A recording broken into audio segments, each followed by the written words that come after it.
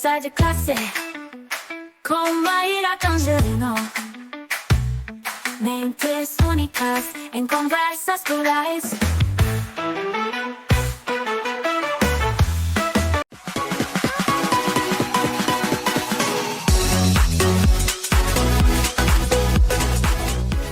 Olá, pessoal! Boas-vindas a mais um Conversa de Classe. É uma alegria ter vocês aqui para a gente fazer mais um bate-papo inspirador. E hoje, gente, a gente tem a honra de receber um professor que ele tem revolucionado a forma como a gente pensa alguns aspectos aí da educação. Ele é professor, ele é formador de professores e ele também se diz um gamificador.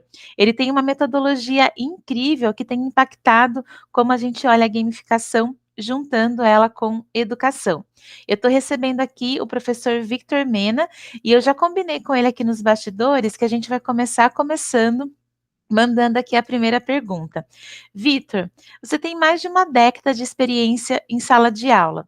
Pensando nessa vivência tão rica, eu gostaria de saber qual foi aquele momento que a gamificação deixou de ser apenas uma curiosidade e se tornou uma paixão, e principalmente aí uma ferramenta para o seu trabalho, e o que te fez perceber o poder transformador dos jogos na aprendizagem? Professor Vitor Mena, com muita honra, com muita alegria, seja bem-vindo ao Conversa de Classe. Obrigado, Maíra. Obrigado pelo convite. Esse é um assunto que realmente se transformou numa paixão. Vou contar um caos ali já do começo, de como virou uma curiosidade inicialmente.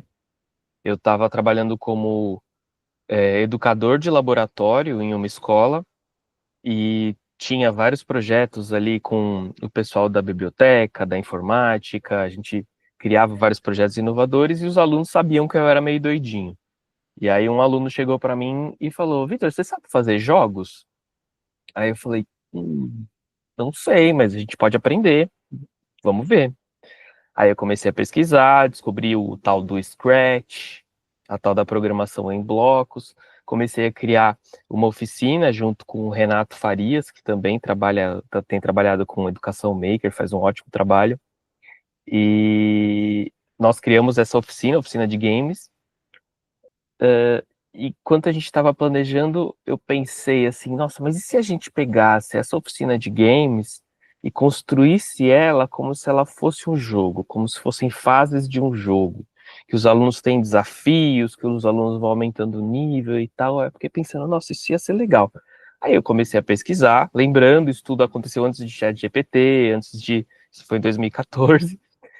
Comecei a pesquisar o assunto, aí eu achei lá uma tal de gamificação, que é quando você pega, né, elementos dos jogos, e aí acho que a gamificação, não sei quantas vezes vocês já falaram de gamificação aqui, mas a gamificação é um assunto que tem muito, eu acho que é isso, muitas concepções às vezes meio superficiais, assim, pegou jogo, falou de gamificação, e não, a gamificação é quando você pega uma coisa, é um elemento que é do jogo, e aplica numa situação fora de um jogo. O exemplo que eu gosto de dar é: você tem o jogo de basquete, que tem suas regras, que tem suas estruturas, que tem seus objetivos, e você tem uma atividade corriqueira que é jogar uma bolinha de papel no lixo. Beleza? Duas coisas separadas. Agora, se você pega uma tabela de basquete e coloca em cima de uma lixeira com um contador de pontos ali, você levou uma coisa do jogo para uma atividade que é fora do jogo. Aí você gamificou essa atividade.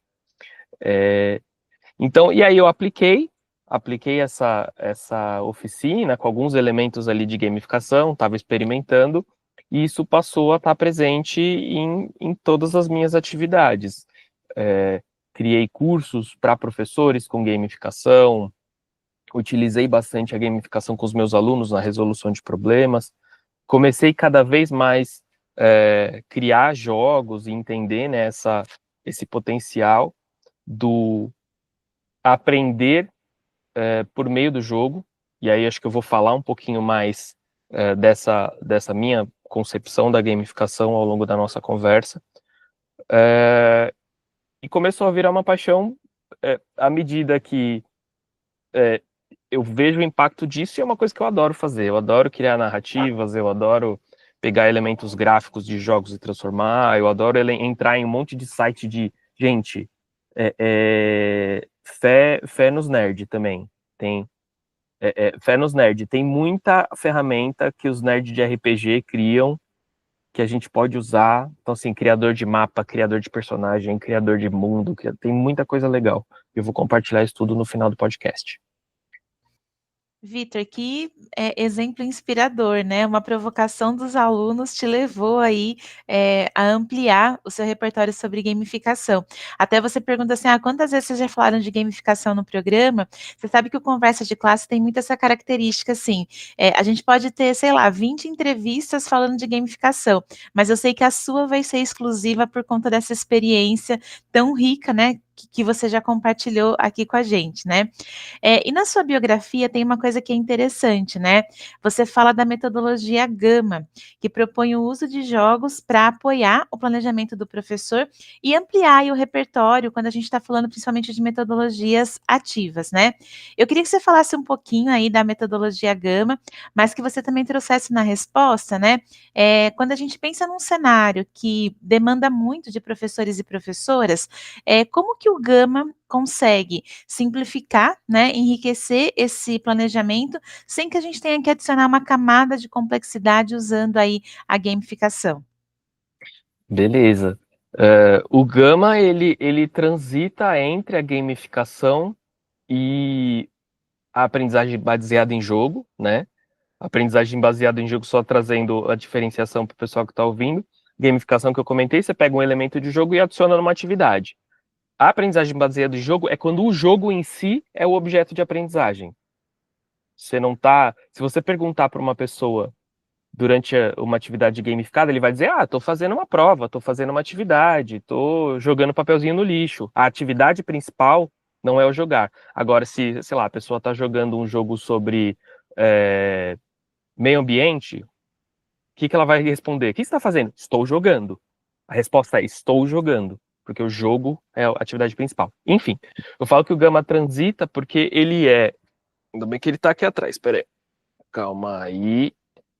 Eu vou deixar um aviso que pode ser que surja algum latido durante a nossa conversa, tá? Eu tenho 2 vira-latas caramelo lindas que latem bastante. O Nós Gama amamos esses latidos, viu, quando eles aparecem. sempre vai aparecer. Então, o Gama, ele é um jogo de tabuleiro, né? Tem um material físico mesmo, no qual os professores eles são desafiados a resolver problemas educacionais. Então, a gente apresenta uma missão para esses professores. Então, tem aqui, vou mostrar para vocês, tem um tabuleiro.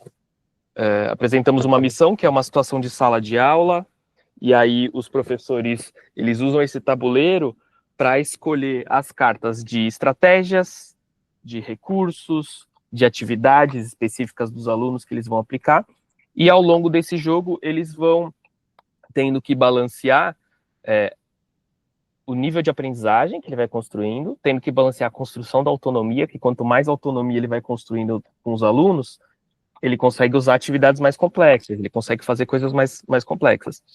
E ele não pode ficar sem as pontuações aqui, estou mostrando as cartinhas, aqui são as cartinhas de recursos.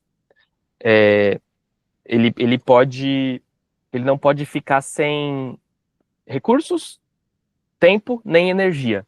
Então, eu falo que ele está ali no meio de campo entre a gamificação e a aprendizagem baseada em jogo, porque se os professores só jogarem, eles vão ter que refletir sobre as metodologias ativas, eles vão ter que discutir sobre o impacto, o esforço, o impacto das escolhas, porque às vezes tem mudanças simples que você consegue fazer. Então vou usar um bilhete de saída na minha sala. É uma coisa que te demanda pouquíssima energia, pouquíssimo recurso, e te traz evidência de aprendizagem, te traz uma visão de como os alunos estão indo. Então, ali, o esforço e o impacto disso fica bastante evidente. E ele também é uma experiência de gamificação, porque o professor pode usar isso para planejar uma aula. Ele pode usar isso, eu vou planejar um semestre, eu vou ter uma professora, uma coordenadora que usava bastante o jogo para assistir a aula. Ela assistia as aulas e aí chegava no final no final da semana, nas reuniões com os professores, falava, olha, eu vi que você usou isso. Você percebe que você ficou sem energia no final? O que será que a gente consegue mudar? Que tipo de atividade a gente pode fazer para ser diferente, para ser mais interessante, enfim. E aí ela pegava e desafiava os professores a implementar novas estratégias. Então, e era na prática, assim, ó, virava, ó, tem aqui as atividades, vamos lá, o que os alunos podem fazer essa semana de diferente? Ah, vamos fazer um mural coletivo? Ah, vamos fazer aqui uma representação de papéis? Então, gamificava esse processo do feedback, da observação de aula, enfim. O Gama, ele foi já aplicado, né, em nível nacional ali na rede SESI, aplicando em algumas escolas aqui em São Paulo. Ele está indo para a 3ª edição, e quem estiver ouvindo esse podcast está no futuro, já vai saber se a gente ganhou. Mas estamos como finalistas em um prêmio internacional de game design, de design de jogos educacionais, que é o Guia Awards. Entramos lá na categoria de jogos analógicos, estamos concorrendo como jogos analógicos e também na categoria do voto popular. Eu vou saber essa resposta daqui a uma semana. Vocês que estão ouvindo já sabem. Espero que seja positiva, vamos ver. Torcendo. Que incrível, Vitor. Tô torcendo também, porque só de ouvir você falar, a gente percebe, né, que você traz camadas de inovação e esse olhar, né, exatamente para o planejamento que às vezes é amador do professor, e você conseguiu resolver aí de uma forma leve, né, de uma forma bem engajadora também, né. Pensando nisso, né, a gente sabe que a inovação pedagógica é um campo vasto, mas nem sempre é fácil de implementar. A gente sabe também que muitos educadores e educadoras ficam inseguras, às vezes com pouco tempo que eles têm para experimentar novas abordagens. Eu queria saber, na sua experiência, e você tem uma experiência muito vasta, como você falou aí no Brasil todo, com rede pública, né, com rede privada, quais são os maiores obstáculos para adotar a gamificação dos jogos educacionais em larga escala e como que você acredita que é possível superar esses obstáculos? Essa é aquela pergunta de $1 milhão, e eu enxergo essa questão da insegurança do professor muito por conta do formato de formação que a gente tem, que eu tenho visto muito, que é aquele formato que aponta o dedo na cara do professor como motivo de todos os problemas da educação. Ah, a educação tem esse problema porque o professor não sabe dar uma aula animada, porque o professor isso, porque o professor aquilo, porque o professor aquilo outro. Então, em meio a um monte de demandas, o professor tem essa exigência de ser inovador e, muitas vezes, as escolas não têm uma abertura para o erro, né? Então, assim, inovação, que a gente fala de inovação pedagógica, inovação, ela exige uma inconstância de resultado. Então, assim, não tem como você pedir para o professor inovar um monte na aula e querer que ele entregue exatamente as mesmas coisas que ele entrega, querer que todos os objetos, no final, o relatório seja igual, as fotos sejam iguais, o rendimento acadêmico dos alunos seja iguais. Não, vai ser pior num primeiro momento, porque se trata de uma inovação, estou pisando num lugar desconhecido, mas o que a gente tem que entender é uma melhoria, ainda nem longo prazo, é médio prazo, é um curto para médio prazo. Mas o que eu vejo muito é isso, coordenação, e, gente, isso é um problema que eu tenho. Eu sou contratado para ir lá na escola, e eu sou professor, eu falo como professor, eu estou em sala de aula. E às vezes eu trago coisas que doem, porque eu viro para a direção da escola e falo assim, peraí, você pediu para eles inovarem, mas eles têm que entregar a mesma quantidade de relatórios, eles têm que entregar a mesma quantidade de coisas. Eu não falo isso na frente dos professores para não, né, não gerar tanto conflito, mas direção, coordenadores, não dá para inovar e ter constância de resultado. Então, eu acho que a ampliação do repertório do professor, ela precisa ser mais um convite do que uma imposição. As metodologias ativas, quando bem aplicadas, elas vão tirar muito do peso do professor, né? A gente fala que o aluno vai ser protagonista, e isso não significa que o professor vai ser coadjuvante. Se for fazer a metáfora do filme, protagonista, é o principal do filme. Então o professor ele vai ser roteirista, ele vai ser cenógrafo, ele vai ser continuista, vai fazer a direção dos atores ali, vai fazer edição, vai fazer um monte de coisa. Então a ação do professor vai continuar sendo muito importante, vai continuar tendo bastante coisa. Mas o professor não vai precisar ficar gastando energia transmitindo informação, não vai precisar gastar tanta energia controlando o comportamento do aluno, botando o aluno no formatinho de cadeiras sentadas uma atrás da outra, porque a aprendizagem ativa é caótica. É isso, quando você olha, você entra na minha sala, os alunos eles estão todos agitados, fazendo várias coisas. Às vezes eu confesso que eu perco a mão também, porque eu gosto de zoar, então eu tô zoando. Mas uma aula ativa é uma aula barulhenta, né? Que uma vez eu numa reflexão de um curso, eu coloquei lá o que se cala com o silêncio da sala, né? Beleza, você tem uma sala em perfeito silêncio. O que você está perdendo ali? Você está perdendo algumas perguntas, está perdendo interação entre os alunos, perdendo muitas descobertas, enfim. Você percebe que eu sou bastante neurodivergente, então eu dou umas fugidas, mas eu acho que assim, o principal obstáculo é uma exigência de constância de resultado, ao mesmo tempo que se exige inovação, o que gera uma insegurança por parte dos professores, a inovação como imposição e não como convite, e eu acho que os professores, e por isso também os professores se colocam no papel de preciso saber tudo. Então, assim, é muito difícil o professor ter segurança, por todos, são vários motivos interligados ali, né? Mas, nossa, eu como professor, eu só vou aplicar uma estratégia se eu tiver 100% seguro de aplicar essa estratégia. Você nunca vai estar 100% seguro de aplicar essa estratégia. Nunca vai. Se tiver 51%, já vai. Já vai, aplica. Aí você vai errar, você vai melhorar, na próxima você vai estar 52%. Enquanto a gamificação, eu acho que é importante estudar um pouco sobre o assunto, entender um pouco o potencial da gamificação, e aí acho que na próxima pergunta vai dar para falar um pouquinho mais sobre esse potencial, estudar um pouco isso e envolver os alunos, porque os alunos eles têm um repertório de jogos, eles têm um repertório de gamificação, às vezes no aplicativo que eles usam e tudo mais, e às vezes você pode envolver o aluno na criação dessa experiência gamificada. O aluno vai adorar. Não, fulaninho, eu queria criar umas medalhas. Ô, fulaninho, eu queria criar um cenário, um desafio para fazer no próximo semestre. Eles vão adorar fazer isso. E compartilhar, né? Nós, professores, é isso. Eu fiz faculdade de biologia, conheço um monte de professor de biologia e de ciências.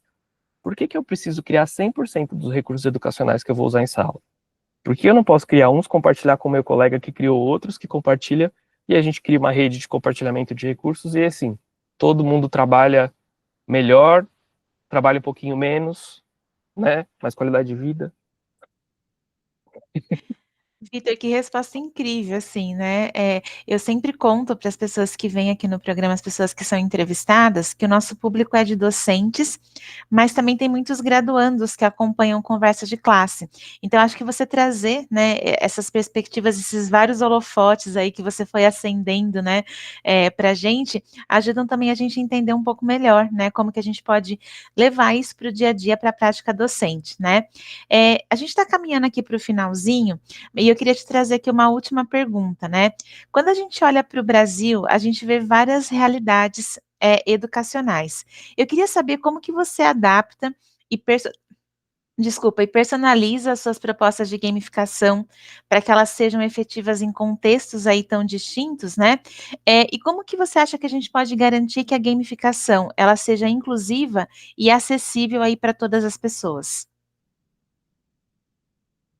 Essa é uma ótima pergunta e tem também muitas camadas. Vou tentar organizar aqui a minha resposta. Primeiro que gamificação não precisa ser pirotecnia, né? A mesma coisa a gente fala do uso da tecnologia, não precisa ser aquele uso da tecnologia. Não, é um uso significativo. E a gamificação é a mesma coisa.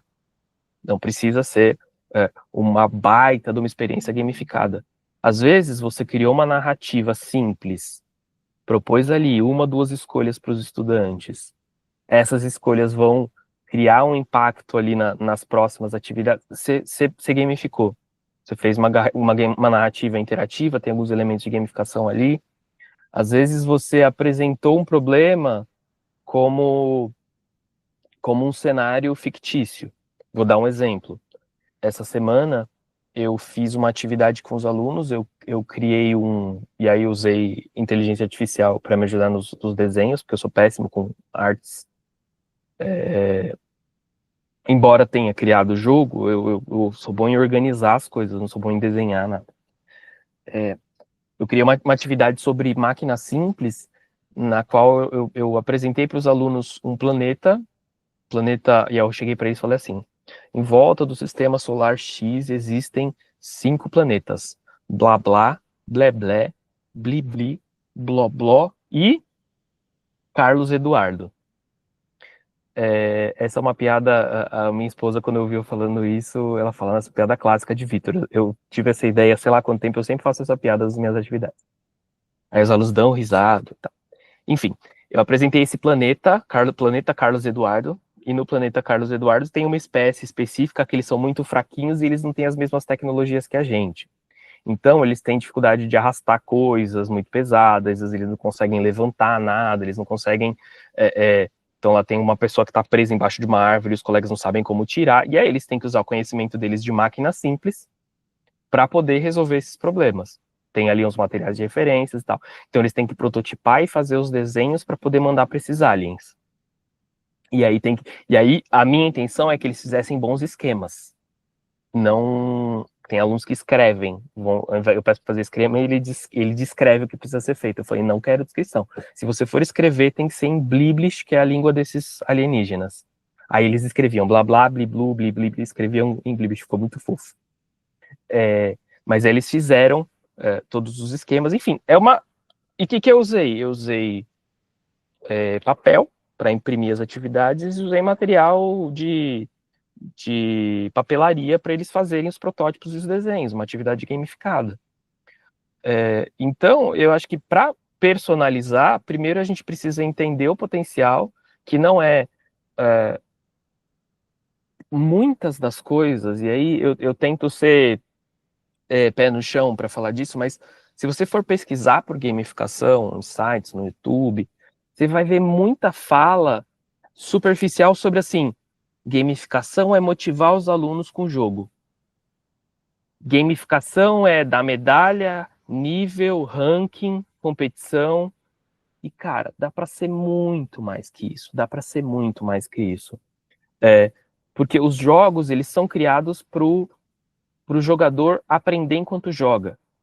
Você não tem no jogo do Super Mario, pensando lá no começo do jogo do Super Mario, você não tem nenhum tutorial do tipo falando, você vai encontrar canos, os canos podem ser transportes para blá blá blá, você vai encontrar esses bichinhos, eles são os Koopas, você pode pular na cabeça deles, você aperta a tecla tal para... Não tem, você começa na tela, e você tem os botões que você vai apertando e vai descobrindo o que esses botões fazem. Por que a gente não pode pegar esse tipo de coisa e levar para um ambiente de aprendizagem? A gente tem as informações, a gente tem os desafios e os alunos vão aprendendo. Spoiler, muitos alunos vão achar difícil, vão ter resistência, porque é isso, se o aluno está acostumado a ter tudo mastigado, na hora que você joga um desafio, ele vai ficar desconfortável. Eu brinco com uma solução, e aí, Maíra, vou jogar o problema para a edição do vídeo. Eu tenho uma solução que eu criei, que é uma sigla, uma solução inovadora para esse tipo de abordagem, que é a Solução por Experimentação e Variadas Investigações para Resolução Autônoma. Se você pegar a primeira letra de cada palavra, se vira. Então, eu brinco com os alunos, às vezes eu coloco um desafio, não, vai lá, se vira, tenta. Então, assim, a primeira coisa é entender o potencial da gamificação, que é além de medalha, além de nível, além de ranking. Muitas vezes, colocar só competição, só gamificação por meio de competição, o mundo já é competitivo, Já tem competição do ranking do vestibular, já tem ranking de seleção de processo de emprego, enfim, aí você vai botar competição só com ranking? Não, dá para fazer várias outras coisas. E aí você falou no final para que seja acessível para todos os alunos. Nunca vai ser para todos os alunos. Nenhuma solução, nenhuma metodologia ativa, nenhuma solução educacional vai ser para todos os alunos. O que você precisa ter em mente é uma aula que tenha uma diversidade de abordagens é mais interessante. Então, às vezes, eu coloco a versão gamificada e a versão desgamificada. Coloco uma versão mais simples, às vezes, para aquele aluno que quer fazer alguma coisa diferente e tal. Então, saber que... E aí tem princípios do design universal da aprendizagem, né? Que é uma abordagem que eu gosto bastante. Se você está oferecendo diferentes formas do aluno acessar a informação, do aluno se engajar, do aluno se expressar e agir, você está criando uma sala de aula mais diversa. Então, assim, a gamificação ela nunca vai ser totalmente acessível, totalmente inclusiva para todos os alunos. Agora, à medida que você diversifica, vai ficando mais interessante, né? E eu acho que é isso. Eu acho que eu respondi, viajei bastante, falei de um monte de coisa diferente. Eu tenho produzido bastante conteúdo sobre gamificação, sobre aprendizagem baseada em jogos. Espero poder trocar com você, Maíra, e com o pessoal que está ouvindo e assistindo a gente mais no futuro próximo. E, Vitor, foi uma resposta maravilhosa, viu? Acho que você trouxe perguntas, né? Mas também trouxe vislumbres aí de respostas para o dia a dia, que acho que os professores têm, né? E que bom que a gente pode fazer né, essa conexão com eles. Eu queria agradecer a sua generosidade, a sua leveza, né, em trazer esse assunto de uma forma tão divertida, de uma forma tão lúdica. E quero te perguntar, você quer deixar uma mensagem de finalização para quem está assistindo a gente? Mensagem de finalização. Ampliem esse repertório de jogos para poder gamificar. Busquem conhecimento, né? Já dizia ET Bilu. E é isso. E valorizem os professores. Tamo junto. Que maravilhoso. Muito obrigada, Vitor. E pessoal, a gente se vê no próximo Conversa de Classe. Até mais.